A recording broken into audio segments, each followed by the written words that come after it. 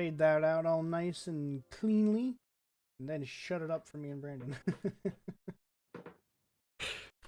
Ladies and gentlemen, welcome back to the Gathering Hall. My name is Matthew, and I'm joined again by Brandon. Hello. We have a few news stories to go over today. I'm pretty excited about some of them, less excited about others. We actually have a positive news story today. That's fun. Ugh. I know, right? Like, Good news in this world? Can't good, have it. especially in the gaming sphere. That's insanity. Matthew, that's bad news. Why? Because, well, we haven't got there yet, but spoiler alert. Indie games are beating AAA. Think about the billionaires, Matthew. They're losing money. That is true. Anyways, so the first thing we're going to talk about here is the Mario trailer. So me and Brandon, we've both watched it. We're not going to do like a live reaction to it, obviously, because Nintendo and you know how they are with things. We wouldn't have been able to listen to it with any sound on. But I haven't shared my thoughts on the Mario Galaxy movie with Brandon, and he has not shared his thoughts with me on it. So I'm curious to know, Brandon, where are you sitting, or do you want me to go first? I'll say the first thing that I want to say. Well, actually, I'm switching my first thought. My first problem is the introduction of Yoshi.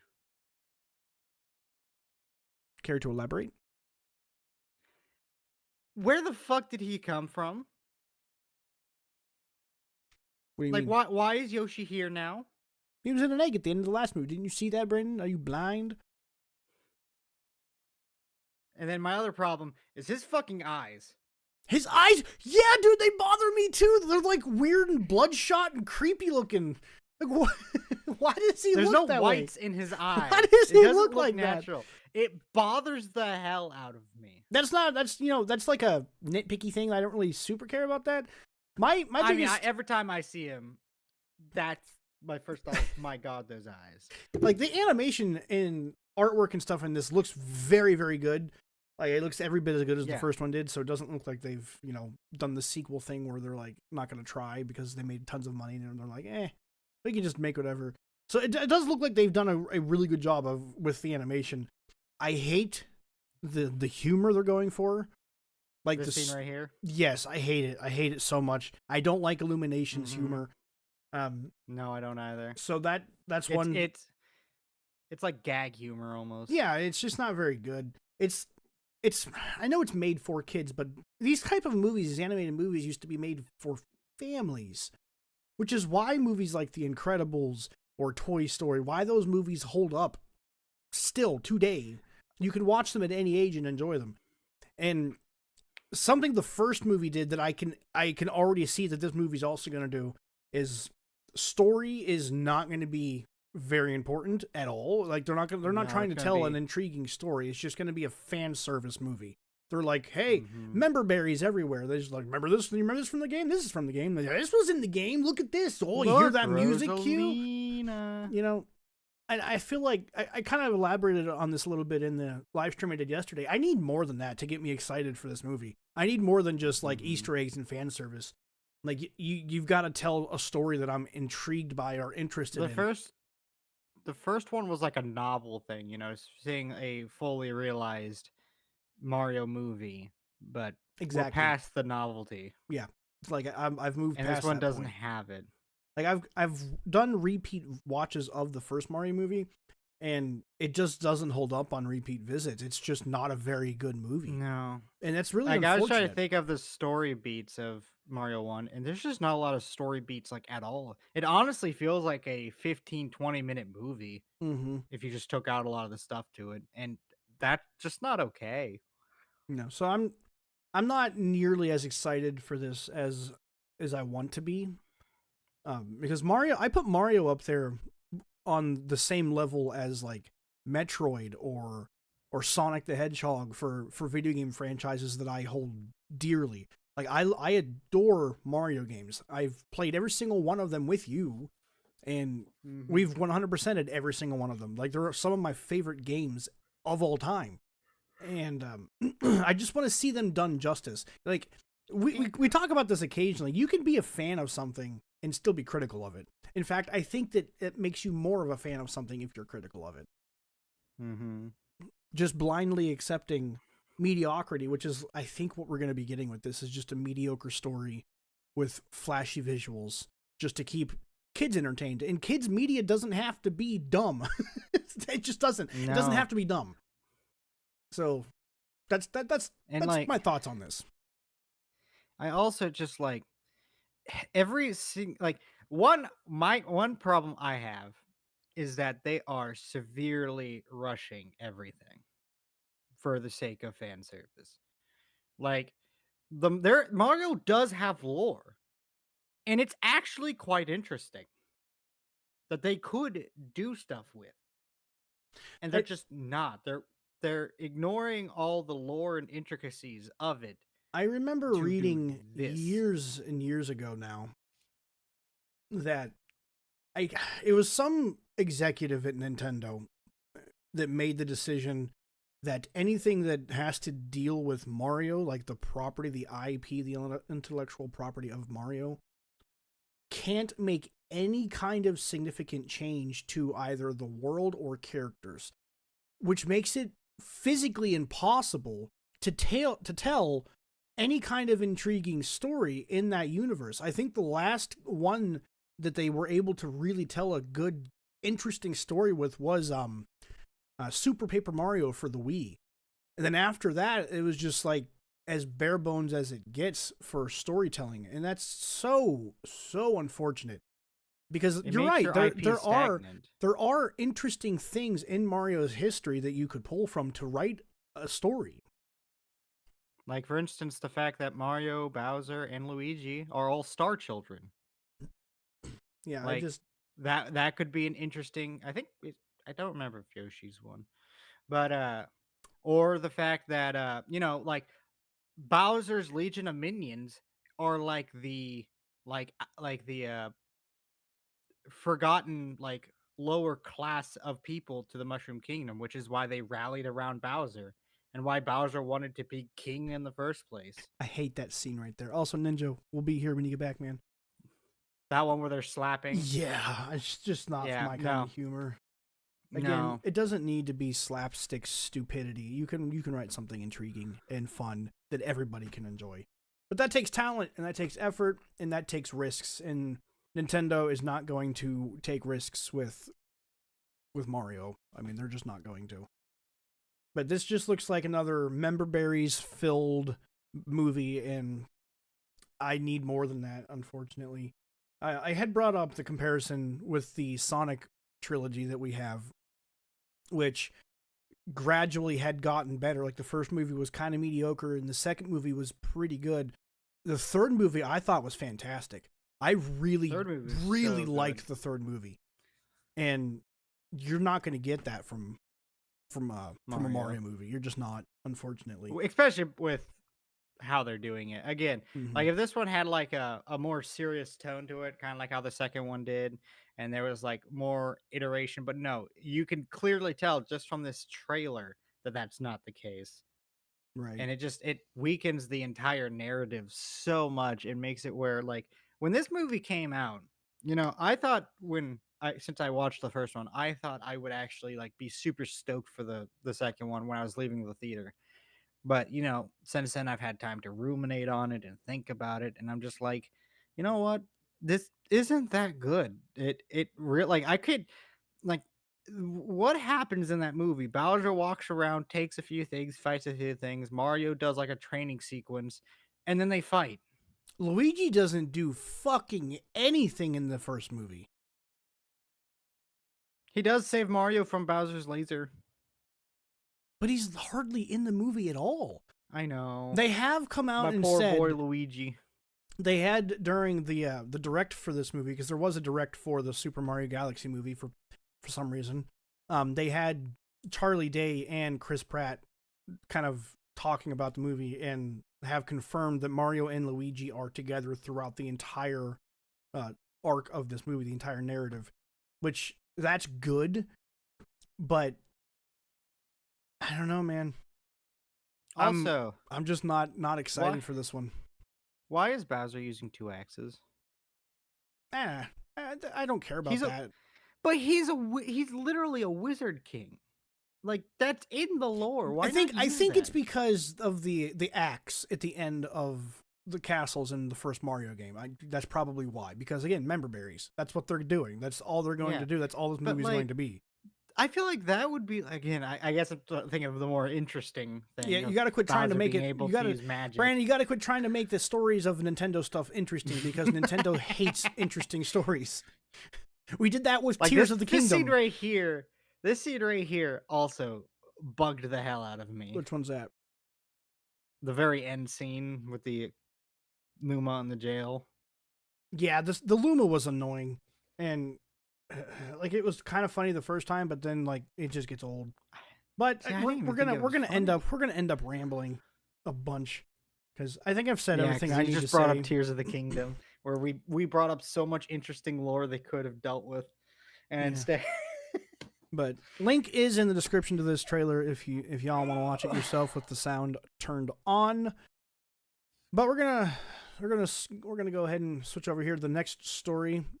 I think you said you wanted to read the second one, right? yes. All right, go ahead, go for it.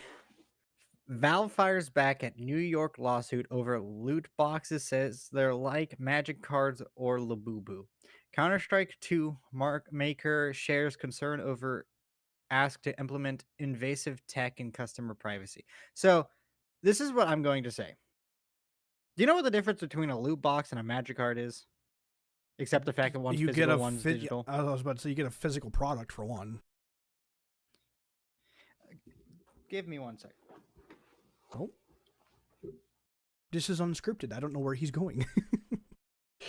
Here, where are you going, Brandon?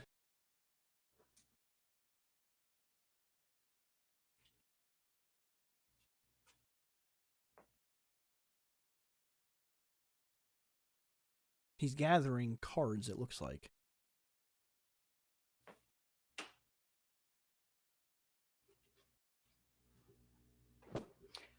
I just bought this deck, right?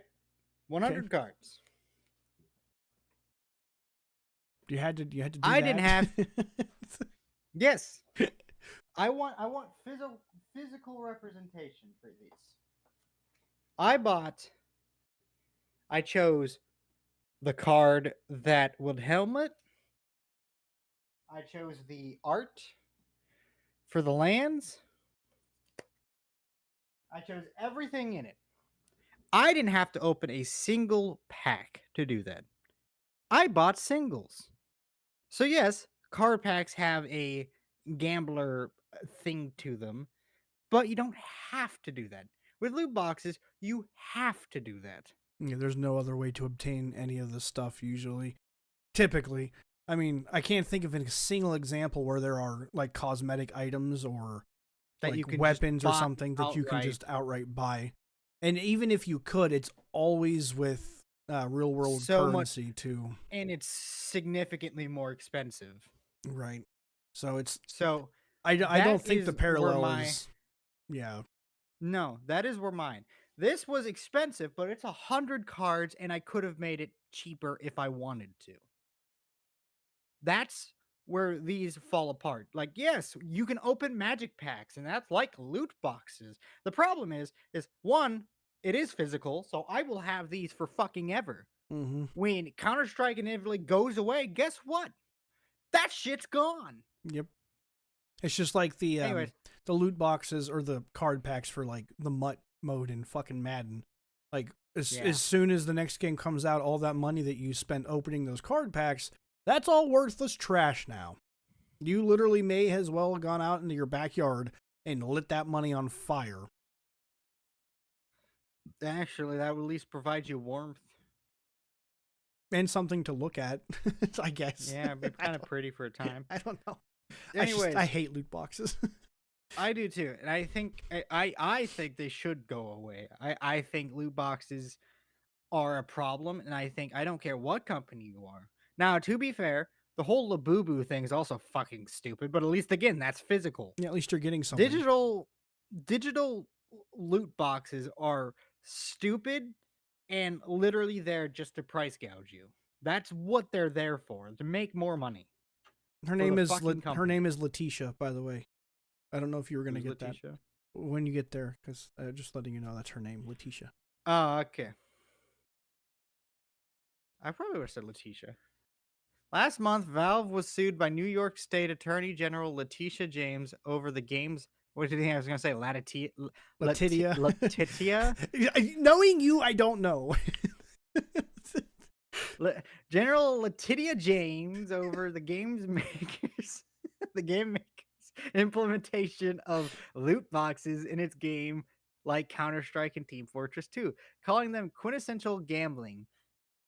In the compliant, Complaint. Valve has published, huh? That's complaint there, Brandon. In the complaint, did I say compliant? You did say compliant.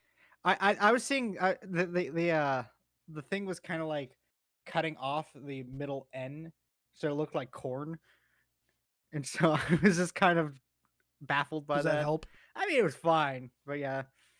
Valve has now published a response to the lawsuit, arguing that it doesn't believe its loot boxes violate New York gambling laws. Here's the problem with this as a whole, and I know like the governments are trying to use this and shit like that, and it's stupid and a lot of things, but children do play video games. That is And an extremely good point that they're completely glossing over. Like, you can compare it to whatever you want to, but a child should not have access to anything that even resembles gambling. Exactly. So, like, your kid can't fucking buy card packs without the parent at least being present. Or at least they shouldn't be able to. You shouldn't be giving your child the ability to do that. But a lot of your like credit card information and shit is saved on consoles. Like, and a child can absolutely, like, I remember, I think it was Jack Black's, which funny Mario movie, but I think it was Jack Black's kid ran up a giant fucking credit card bill, buying skins and shit. I think it was in Fortnite. I can't remember exactly what game it was, and he had no idea what was happening, and until he got the bill in the mail, and he was like, "What is this?" Like, yeah, you're suscepting children to this, and that's got to be damaging in some way, like some fashion for them in their mental faculties. Because it's an addiction. When you're opening packs and you're like, "Oh my god, I got it!" That rush of dopamine is addictive. So this will continue to grow within the children and allow them to do like actually have a reliance on this kind of thing, and it's not good. It's conditioning. That's what it is. I know, and that's what they want. Who was it that was like, we need more gambling? We need to like show gambling to kids in video games. I can't remember. Was it the EA president at one point? That would have been Epstein, and I think it was Epstein. Yeah, yeah, I think it was the CEO of EA. They were in the files talking about how they were wanting to indoctrinate children into an economy. So yes, so yet another thing to hate that guy for. It literally is like the worst thing you can do, and it's so stupid. And where was I shared on Steam, the statement expresses Valve's disappointment at the NYAG declaring its loot boxes an illegal form of gambling. After working to educate them about our virtual items and mystery boxes since they first reached out to us in early 2023, in games like Counter-Strike 2, loot boxes can be given away to players but only unlocked via purchase of a key, and the contents are unknown to players.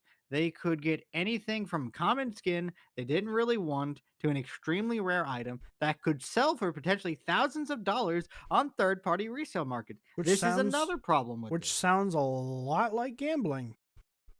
And let's put this back into the Magic thing, because I think this is where it kind of starts getting into like where they're trying to compare to Magic. You're gonna bring up if I open up a card, and let's just say I have a card that's worth $50. Cool. I spent $5 to get 50. Awesome. And then I go and I sell it. Oh, cool. I made a $50 profit. Well, I should go buy another card pack, maybe 2 or 3. Try to get some of the other rare stuff, like some of the limited edition foil rares that have like a special marker on them. Oh, I got them. Cool. They're selling for $400. I could probably bump that up to $500 and make an even more tidy profit. This is how this shit starts. Why are you buying something in a video game for thousands of dollars? That is a fantastic question. Because I had seen this story about Counter Strike and its skins and its guns and stuff being sold for exuberant prices, and I've never understood like why anybody would actually put the money forth. Like it makes even less sense to me than buying, like you were talking about when we went to breakfast this morning, the cars that sell for like 20 or 45,000 fucking dollars, and it's like, why would you pay that much for a piece of cardboard? You're paying that much for nothing. You are paying that much for literally nothing. Exactly. It's insanity. It is absolute insanity to me. And quite honestly, I think it's awesome to see some kind of person involved in legislation to actually get involved in this and try to do something about it and put a stop to it. Because I think this is gross. It's just gross. Gaming doesn't need this. This doesn't need to be in your video game. It just doesn't. And another thing I will say about this before we continue is the fact that, like, a game should not have an economy. Why does a game need an economy? That's just stupid. When I play a game, I'm not like, "Oh, what are the stocks of my gun skin over there?" That's just stupid. Yeah, at that point, And are you even engaging with the anything game to play the game? I'm a firm believer that not even card games need a fucking investment. Like the people who get mad about reprints. Now, I don't mind if they do like limited time things and stuff like that. I think that's healthy enough for the card game. But when you're like, why are they reprinting this? It's the value's going down. I'm like, and Good.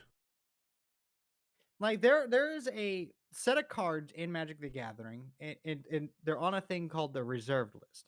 It's a list of cards that Magic Wizards of the Coast will never reprint. So, like for instance, one of them is called Gaia's Cradle. That's going for like $300 to $900. So somebody like me will never own a Gaia's Cradle. Have they printed other forms of Gaia's Cradle throughout the years? Sure, but Gaia's Cradle itself, I will never own. And in my head, that's lame. But you can't go, but the problem is if you go too far down for the players, you get the Yu-Gi-Oh problem where then the people wanting to collect and stuff don't have means, like don't have the reason to collect because there's no value. And so it starts dying that way. It's a balance you need to have, but there is a balance that needs to be had. Or you could just have people that collect them because they like them and not because they Yeah, have obscene monetary value. there's no money in that though, and it did almost kill Yu-Gi-Oh. Like Yu-Gi-Oh I have has a ton started of a new thing collectibles because that have no value to them. I don't know. I can't get on board, and I can't wrap my head around that mindset, I guess. I mean, I agree, but the problem is I've seen what it does to actual card games.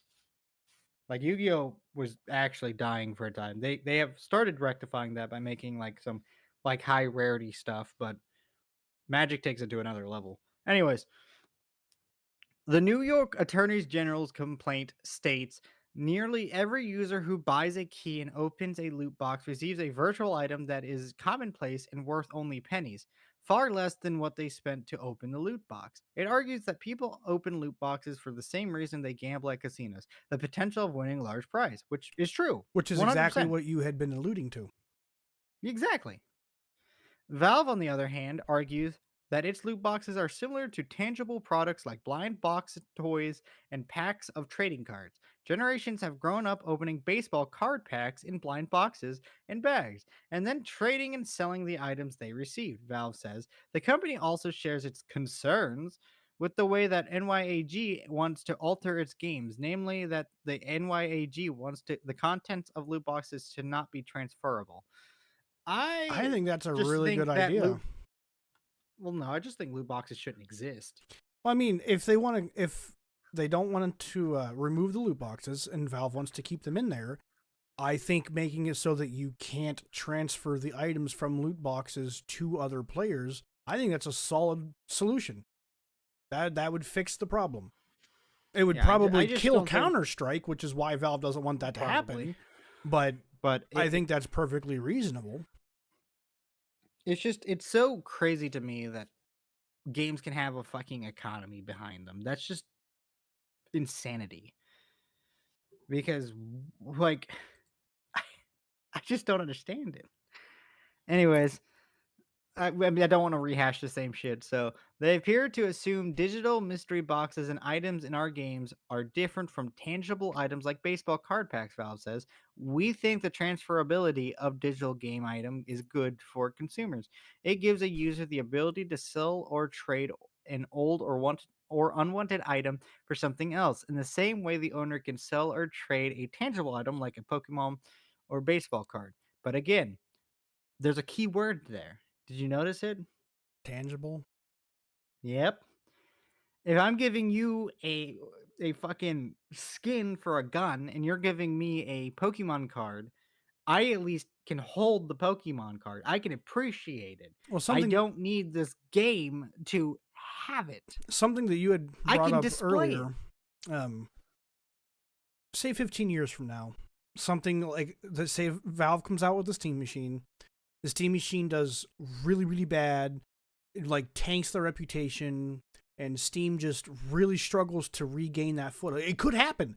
Look what happened with Xbox. Mhm. Microsoft was absolutely on top of the gaming industry with the 360, and they've just been on a Look at them downward now. spiral to where Xbox at this point is like almost essentially dead. Like they just announced Project Helix, like their next console they're coming out with, which, and I don't think anybody's excited for it. Nobody cares. That same thing could happen to Valve. So in 15 years, if Valve ceases to be a company, where's the monetary value of Counter-Strike's digital goods then? All that money you're buying to get those guns and selling, it's so dumb. And I hate loot boxes, man. I absolutely deplore them. Because again, I can buy singles. I always buy singles. I rarely buy packs because it's just not worth it. Now I have gotten like I said, I have gotten like a $50 card, and I'm like, oh, cool. But then at the same time, I don't need that $50 card. So anyways, Valve also details ways it has worked to crack down on fraud and theft, as well as strategies to shut down accounts found to be using Valve game items on gambling sites. Valve takes a not so subtle shot at the NYAG toward the end of its statement, saying, "We will, of course, comply if the New York legislature passes laws governing mystery boxes, something it has not done despite considering the issue for a few times." And like I the what the fuck? I have no idea. Anyways, what I Probably was gonna some say fucking is garbage ad. what I was going to say is that the like there are certain things that happen in Magic the Gathering that you could say are kind of predatory. Like for instance, there was a time where they had what they called like the masterpiece arts, and they look really fucking cool. They're super expensive, but they look cool. And then there's like the serialized number cards where they have like, oh, only 1 in 1,000 of these actually exist. And then during the Lord of the Rings uh openings that they did, there was actually one singular card that was the special The One Ring. There's other copies of The One Ring, but this one is a special serialized version. The difference being though is that yes, these are really cool, really expensive pieces. The difference is that there are non versions of those. You can have the One Ring. You can have the masterwork arts. It's just, I mean, the cards. It just wouldn't be the arts. That is the difference here. Hmm. I don't know. I like the idea that somebody is actually trying to force them to fix that whole situation. Anyways, moving on to the next story. This is another bad one. This one actually makes me kind of feel gross. I don't like this at all. Former Overwatch lead claims he was given a horrid ultimatum: meet revenue goals or 1,000 developers would lose their jobs. It was the biggest FU moment I've had in my career. And this is the problem with live service. No, specifically live service. Because this, I'll read more of this, but this guy, they came to him and they said, you meet this revenue or we're shutting your studio down. Mm-hmm. Because with a game is with a game that was piecemealed and given out in small chunks. So the problem with live service as a thing is like I think in this day and age, maybe of all time, they are the number one thing that has killed companies. Oh yeah, like that. Again, we talked about on one of the first episodes we did of this podcast with Blue Point Games, how a very talented development studio that just got completely destroyed because they were forced to make games they didn't want to make. I mean, look at Highguard is another example of a live service game that didn't make expectations, and they laid off most of their employees. I hate this. I hate live service. I do too. Former Overwatch lead Jeff Kaplan has claimed that due to financial pressures brought on by Overwatch League, he was given an ultimatum by then Blizzard CFO Dennis Durkin. Fuck you, Dennis Durkin. The ultimatum was essentially make sure Overwatch meets certain revenue goals or 1,000 developers would lose their jobs. In an interview with Lex Friedman, Kaplan described the situation as the biggest FU moment I've had in my career, and what broke both Kaplan personally as well as his career at Blizzard, as it probably should. The exact figures on these revenue targets was left redacted due to confidentiality agreement Kaplan signed that is seemingly still in effect. Isn't that nice?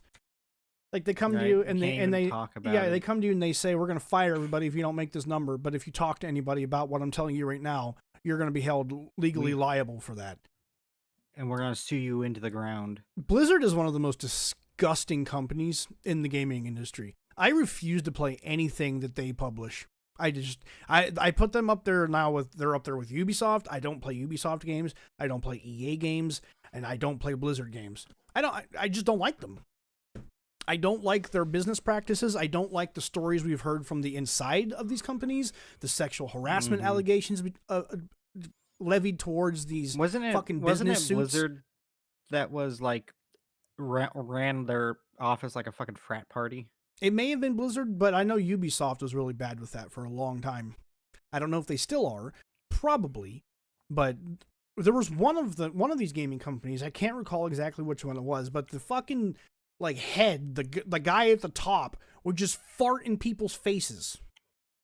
Like that's just something that he got off on doing. Like they're weird. They're freaks. They're disgusting human beings. I told you this, I think it was yesterday, but I am a firm believer that once you reach like a certain threshold of money, you start losing the perspective of being a normal person, and you start treating everybody else as like cattle almost. Where I agree. they're just not humans to you anymore because they don't live in the same pay as you do, and so they start seeing you rather than humans as numbers and just pawns on a board. Well, like I told you, good people don't become wealthy. Mm-hmm. It's very rare. Most people that are wealthy are generally kind of shitty. The pressures apparently go above and beyond the typical burdens of live service game development, as Kaplan claims it was the Overwatch League which added additional strains to the game. As Kaplan explains it, the huge amount of investment money poured into the Overwatch League led to resource spent on features like Twitch integration, a spectator camera, and more. Overall, the Overwatch League was sold to investors, according to Kaplan, as an industry-changing affair. This is going to be a good segue into our next story anyways, Where it got away from Yeah. us is that there was a lot of excitement about Overwatch League, like too much. It got overmarketed to the people buying the teams, Kaplan told Friedman. They went on this road show where they had a deck. You could put anything in a deck and sell anything, and they were going to pretty much they were pretty much selling the Brooklyn Bridge that Overwatch League was going to be more popular than the NFL. And people believed it. Like, okay. Originally, the business model was going to be that they were going to do in-person events, and there's going to be big ticket sales and merch and all of that. I really think, I think really quickly, everybody learned we can't do in-game events when we have a London team and a Shanghai team. How does this work? So that fell apart super quickly. The merch was good, but it wasn't going to be making NFL money. Whatever insanity people thought that was going to be. And that's where these live service games really suffer, because you've got all these people that don't play games involved in the production and involved in the publication of these games when they don't have any stake in whether or not games are good. You know what I mean? Like, do you really think the investors behind Overwatch League play video games? Oh, no. I would argue And that they probably never picked issue, up a controller a day in their life. And the other issue is that they've also never had to work a day in their life, like in a normal person's thing. So they don't have the perspective because they were brought into the power rather than rising up into the power. Like, these people don't play games, man. They don't play games. They don't care about the longevity of games. They don't care about game history. They don't care about games preservation. They don't give a shit about the games industry. All they see when they see a video game is dollar signs. How can I make money out of this? That's all they care about. And it really sucks because I love video games. Like, my entire life I've been playing games since before I could walk. I was literally playing the Sega Genesis at age 2. The Super Nintendo at age 2. The NES. Like, I was playing all these consoles back then. And to see this industry go from, an industry full of passion and full of love for the art form of video games to this fucking corporatist awful shell of what it once was has been really, really sad to watch. And it's shit like this right here that is a prime example of what happens when you've got these assholes pulling the strings and funding projects with the sole purpose of turning over as big a profit as possible. It just saps all of the creativity. It saps all of the passion, the love. It ruins people's lives, and it shuts down development studios. Left and right. I fucking hate live service as a model. I detest it. It is a fucking cancer on this industry. Mm-hmm. Ask me how I really feel about this now that I'm done with my rant. Okay, yeah, Matthew, you need to stop holding back your opinions. You really like live service, don't you? You just don't want to. You want to be a contrarian. Like, fuck Fortnite for becoming as popular as it did. Because now everybody wants to make their next Fortnite. And it has ruined so many studios, dude. So many. There's too many to list. Maybe we'll do that for the next week. I'll sit down and come up with a list of all the studios. Like Arcane Austin is one that I can think of off the top of my head.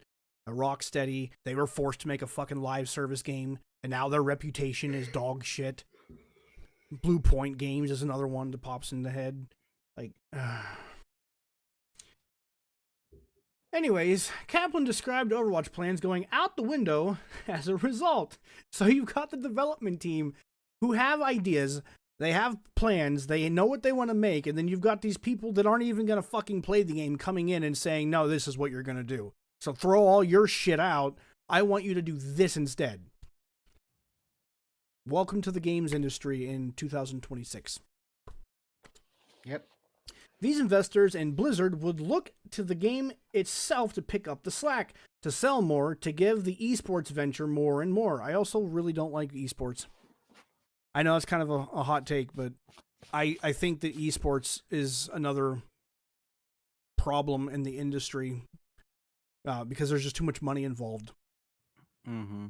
I think, you know, wanting to play a game competitively is fine because, I agree with you that. know, there's always a competitive edge. And I don't mind like being like tournaments and stuff and venues to do that and see other people. I don't mind that. But once you start having like big conglomerates getting their fingers in there and starting to like corporatize it, and you Yeah, know, that's the problem. that's where it becomes less of a good thing and more of a, oh, this is where gaming needs to head to. Yeah, that's the problem. When you got these big ass companies sponsoring these esports teams and all this money involved and all this just unnecessary shit, I think that becomes a problem. Because that's what they were trying to do. They were actually trying to make it like the next big thing, like the next NFL, essentially, like they said. You know, that pressure Mm-hmm. comes onto the team and the pressure to ship Overwatch 2, and then all the care and love that we had for the live game and live service. Let's make events, new heroes, new maps. We're losing all these resources. Which, if you don't remember, when Overwatch 2 dropped, it dropped like a big fat wet log of shit. Mm-hmm. It Oh didn't yeah. have any content. Now we know why, and that's a shame. And you know what's I you know what's really funny is like there is a, I guess, a chance that he could be lying, but this is just such a Nah, believable man. lie. I don't think Oh, I I I, know. I believe I every bit I of this. I believe one. I'm just saying like there is like a non-zero chance, but this is so believable and something I could see happening so easily that there's no way this is a lie. Like, this is how things go. We know that these people who are making subpar games do have the talent and the skill to make good games. They just are being boxed in by the ideology that these publishers and stuff have to make more money and taking out content and ripping and gutting these things to try to maximize profit. Yeah, because that's what it comes down to at the end of the day. How much money can we put in our pockets, whether or not that's at the expense of other people's livelihoods or at the expense of the art form that they want to create, or whether that's at the expense of the end user, the player. Like, as long as money's going in my pocket, fuck you and fuck your game and your development studios. I don't care. I want more money. That's what this comes down to. I hate it, dude. Mm-hmm. I fucking detest it. Mm-hmm. Jeff Kaplan, looking back at his time at Blizzard, said, I had believed that I would never work in any place but Blizzard. I loved it. It was part of who I was, and I thought that I was part of it. And I literally thought that I'd retire from the place. I never thought the day would come, but that was it. Luckily for Blizzard, that CFO is no longer there. Too little, too fucking late. Mm-hmm. Blizzard is just a company I refuse to support. Kaplan is now working with a small team at independent studio Kintsugai. That's a word. Kintsugiyama. Yeah, Eh? Kitsugiyama. Kintsugiyama. I think. I don't know. Maybe. Which recently revealed Kitsugiyama. The Legend of California. This open world survival game is set to release in early access sometime this year. And again, we have stated multiple times on this channel and on these in these podcasts that we're doing that this is where gaming is going to go. We're going to see the slow, painful death of the AAA gaming sphere. And no example could ever be as poignant, I think, as our next story here, which I don't know. Expedition is a good example of it yeah, but this is something that is taking place actively at this right exact now. moment. Yeah. Okay, so Slay the Spire 2 hits nearly 575,000 concurrent players, almost beating Silk Song's record, which also shows another indie They're game both indie having games. the record.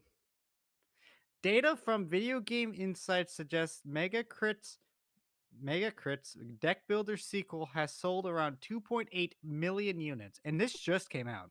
Yeah, this has only been out like a couple days. I don't even think a week yet, has it? I don't think so. Are you looking it up? Mm-hmm. Keep reading. Mega Crit's deck building sequel, Slay the Spire 2, hit a peak of 574,638 concurrent players on Sunday, according to SteamDB, March 5th. Came out on the 5th of March, dude. Which was Tuesday. That was No. last week. Tuesday was the 10th. It was last week. Yeah. Yeah, it was a week ago. So this has only been out for a week. And It's sold literally been out for just over a week. Yeah, 2.8 million copies in a week. Mega Crit's deck building sequel, Slay the Spire 2, hit a peak almost equaling the high of 587,150 concurrent players set by Hollow Knight Silksong in 2025. Slay the Spire 2 released in Steam Early Access on Thursday, March 5th, and Video Game Insights estimate that it has sold 2.8 million units so far, generating an estimated total of 55.1 million in revenue. VGI also notes that the game still remains on 2.4 million Steam wish lists. For comparison, the original Slay the Spire sold over 1.5 million units on the Steam between its early access launch in 2017 and March 2019, with the official 1.0 launch coming on January 23rd, 2019. The game was later ported to console and mobile devices, and the publishing rights for the console versions were recently snapped up by Baller Games.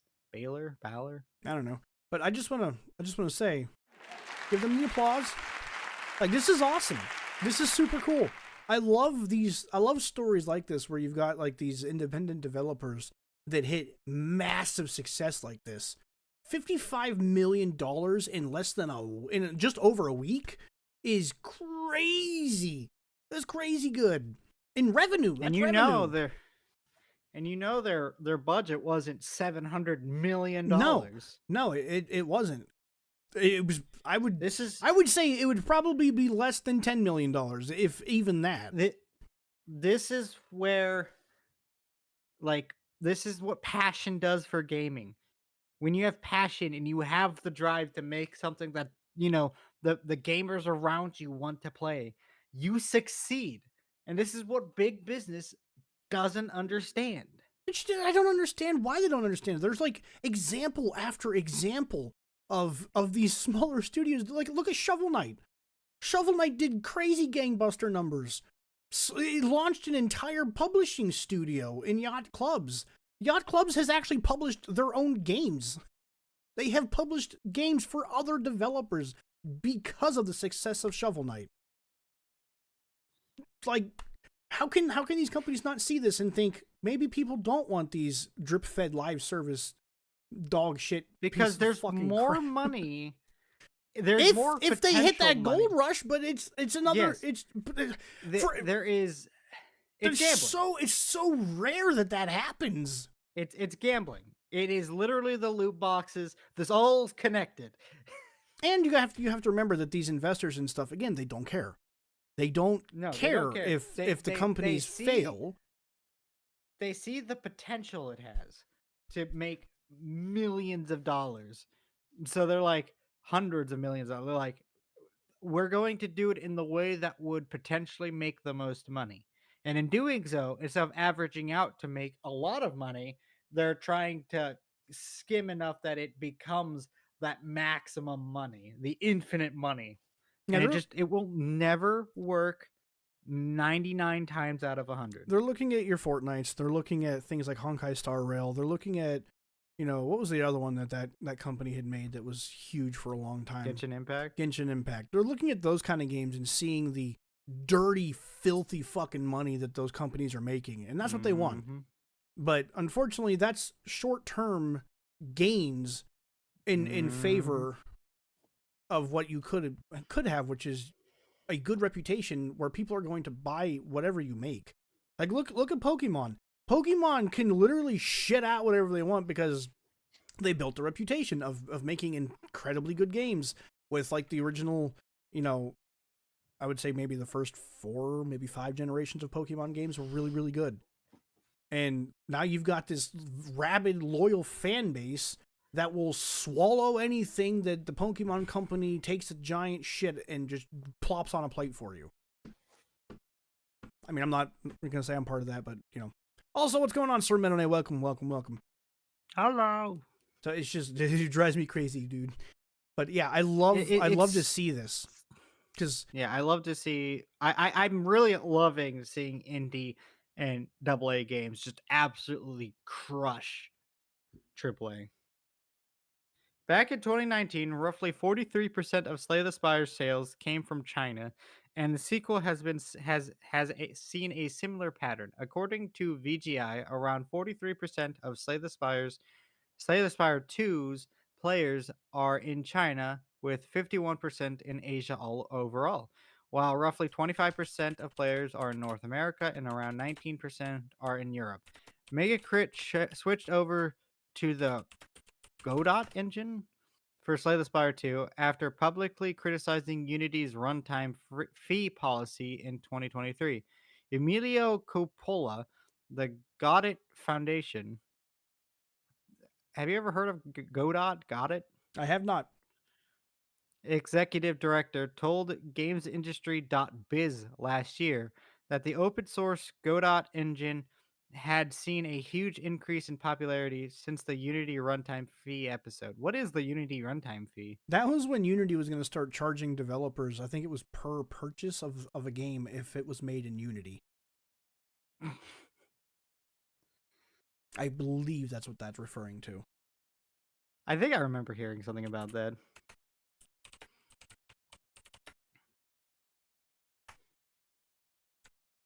Yeah, that's what it was. Unity, it has officially canceled its controversial runtime fee pay per install policy, which originally set back. What a disastrous idea that was. And like that's like a perfect example. Why in God's name, when you have like the monopoly on fucking game engines, would you do that? Right? Everybody used it, Unity. Like that was one of the biggest game engines people chose to use, especially independent developers. What a fucking bonehead move. You were making so much money, but you had to get They more always money. need more, dude. It's an addiction. They need more. So I want to end this podcast with a snapshot of what happens when you have passion for something and what happens when you have a publisher forcing you to make something that you don't necessarily want to make. So the example that I'm going to be using here is you've got Slay the Spire 2, and this is just the Steam charts. This doesn't include PlayStation or Xbox numbers, but this is strictly Steam. 454,000 players played this 2 hours ago. We're live playing this 2 hours ago before we started this podcast. 54,000 were live 24-hour peak. That is insanity to me. You're near 549,000 there, sir. 549,000. I'm sorry.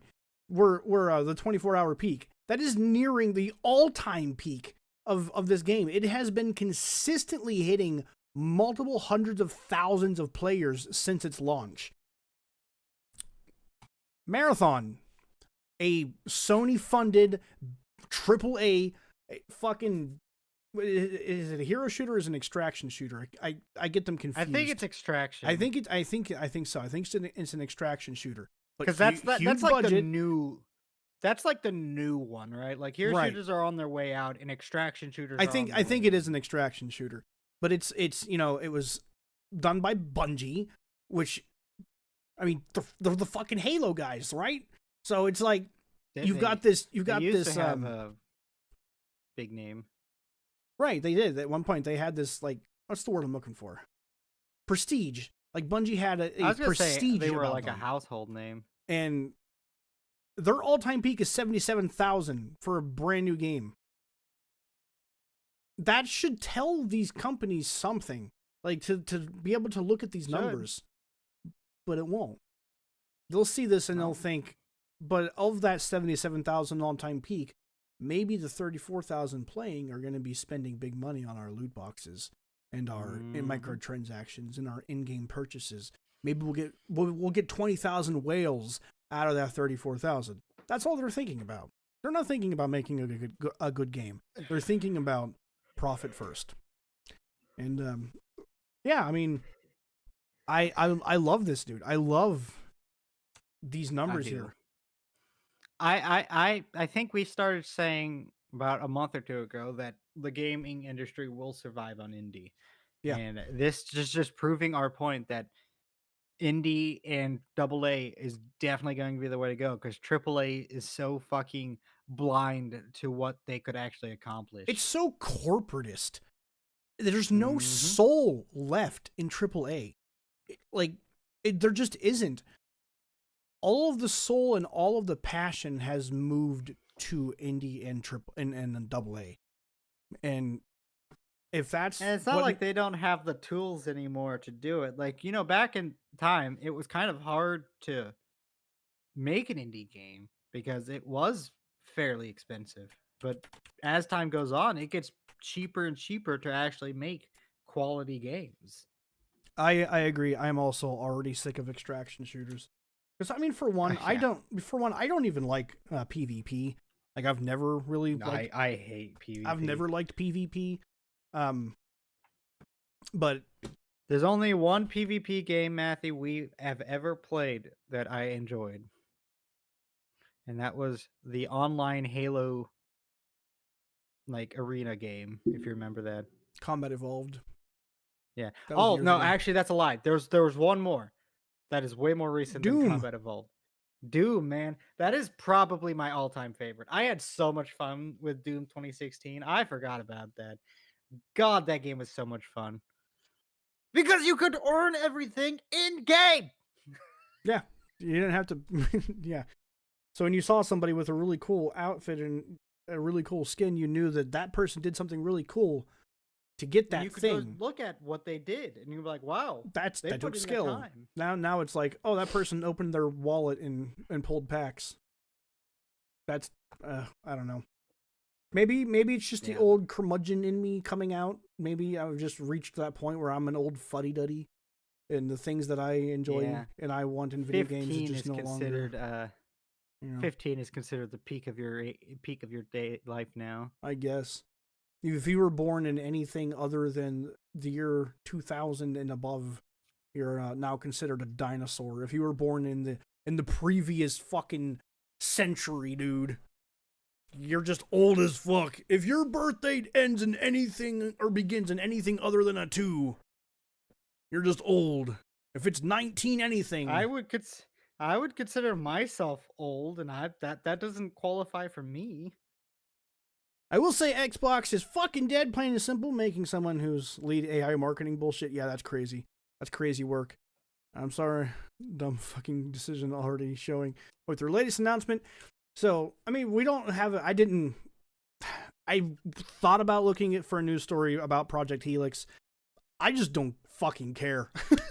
Like, I have absolutely no interest in Project Helix because even if Xbox comes out with a piece of hardware that is intriguing, that is really powerful and is beautiful, it has great controllers, has an excellent user interface, great support, all of their games are available on PC.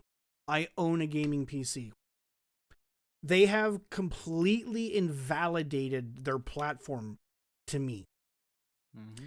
And that is their own fault.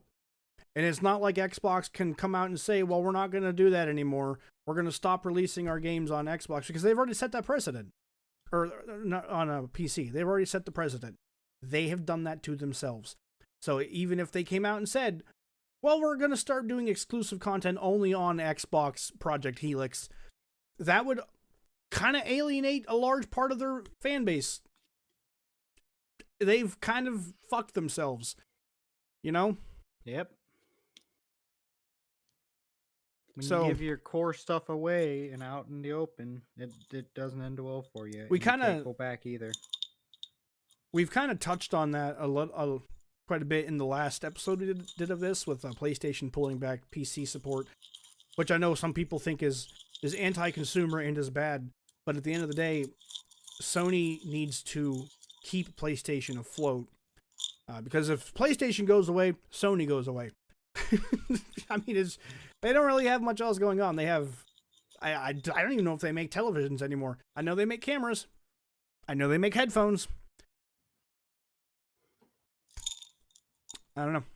But yeah, Project Helix, I just don't care. I have no interest, no desire. uh, to play it or to experience it. I saw that they had done a leak. There was a leak of the specs, and it's like this crazy, insanely powerful piece of equipment. Yeah, how much is that going to cost though? That too, you know, like $10. if I guess that would be the selling point for somebody like me if they came out with a piece of hardware that was extraordinarily capable and sold it at a massive loss. Like if they sold Project Helix at like $399 and it was a very, very capable piece of equipment, that would be intriguing enough to me that I might pick it up because it would be nice to have a console to be able to play anything on at any point. Yeah. And like Um, I've said about the Steam machine, if Valve is smart, they will sell that at a net loss to themselves because they will definitely make that money back. right. And Microsoft has like infinite pockets. So they could do Hmm. something like that, but will They're they? not going to. Right. No. But will they? The only reason I might buy the Helix if it was somewhat affordable is to play Animo specifically. If it never gets off of Because PC or Xbox. it's exclusive to that platform. Exactly. See what That's the happens only when reason you have I would exclusive even content? consider it. See what Because happens? Animo looks fun. That's what happens when you have exclusive content. You entice people into your ecosystem. So, anyways, guys, Back in the old days. I think that's gonna wrap up this news story, this podcast. Gathering pages number 5, I think this is, isn't it? If you've enjoyed this and you want to see more, leave us a like. I'd appreciate that very much. If you got any suggestions on how you'd like to see us evolve this little show we've started here, leave those in the comments. Yeah, micro slop. Don't type that in to your assistant on Windows 10 or 11 rather, because I've seen stories of things happening to your PC if you type micro slop into your PC. I guess Microsoft doesn't like when you call it micro slop. Fuck Microsoft. Fuck AI. I hate AI. I hate it so much. AI is going to literally ruin the tech industry. Which we knew before it even came out. Mm-hmm. Like, this isn't shocking. This is just the inevitable conclusion that everyone knew when this was being developed. Brandon is also in his 20s, Ninja. You're both young. I'm an old fart. Anyways, guys, we will see you in just a few minutes. We're going to be playing some Monster Hunter. Hope to see you guys there. It's going to be fun. We're going to be building some new armor sets today. So, going to be doing some grinding. I'm going to fight a big-ass mammoth, and he's going to fight a big-ass dinosaur. At the same time. Till then, take care, guys. Appreciate you watching. Bye.